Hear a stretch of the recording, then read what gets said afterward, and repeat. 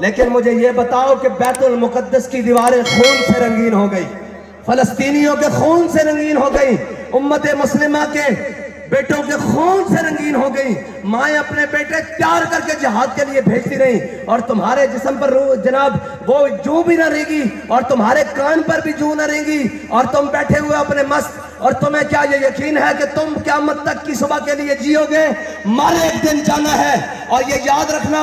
مر وہ بھی گیا، مشرف بھی مر گیا، اور جناب ضیاء بھی مر گیا، اور مر تم نے بھی جانا ہے، لیکن بابا بتا کر کیا ہے، مرنا ہے تو شان سے مرو، آؤ ذرا عزت سے مرو، اور مر تو ظہیر الدین بابر بھی گیا، اور مر تو جناب اس کے مقابلے میں رانا سانگا بھی گیا، 80,000 کا لشکر لے کر رانا سانگا سامنے کھڑا تھا، اور جناب ظہیر الدین بابر کا 12,000 کا لشکر، اور ظہیر الدین بابر نے ایسے تقریر کی، اس نے کہا ابھی ہماری جنگ ہوگی، بڑے گمسان کا رن پڑے گا، بڑی تلواروں سے جسم کٹیں گے، بڑا کچھ ہوگا، اس نے کہا ابھی دیکھنا ہم سارے مارے جائیں گے، ہماری لاشوں کو گرد کھائیں گے، ہمیں دفنانے والا بھی کوئی نہیں ہوگا۔ اس نے جب یہ تقریر کی فوج میں مایوسی چھا گئی، اس نے کہا اچھا اب ہمیں یقین ہے کہ ہم نے مر جانا ہے تو آؤ ذرا شان سے مرے، اور جب اس نے یہ اعلان کیا کہ جب ہم نے مرنا ہی ہے تو شان سے مرے، 12,000 نے 80,000 کو شکست دے کے رکھا۔